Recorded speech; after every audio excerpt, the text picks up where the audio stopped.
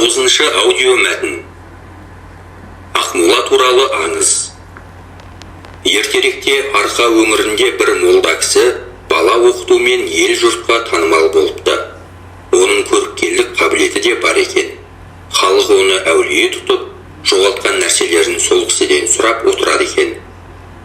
Бірде әулие кісіге бірнеше жылқысын жоғалтқан адам келеді. Көріпкел молда жылқыларды көрші ауылдағы бір байдың барымташылары айдап әкеткенін айтады.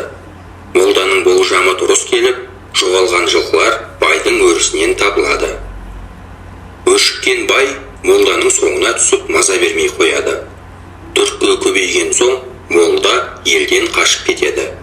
Қашып жүріп, жолда суық тиіп сырқаттанады. Кейін жапан түзде қайтыс болады. Өлерінің алдында жанындағы серіктеріне: «Мені алысқа апарып әуре болмаңдар, осы жерге қойыңдар. Бейітімдегі белгіні сылайтын саз балшықты ешкінің майы мен сүтіне араластырып илеңдер», деп соңғы тілегін айтып кетеді. Аманатын екетпестен орындаған халық мазарды тұрғызып қойғаннан кейін байқаса, молданың мазары күндіз де түнде де жарқырап, ақ түске еніп тұрады екен. Сол себепті де жұртшылық оны Ақмола деп атапты. Кейінірек осы жерде Ақмола станциясының негізі қаланады. Тың өлкесінің ордасына айналған бұл қалаға кеңес заманында Целиноград деген атау беріледі.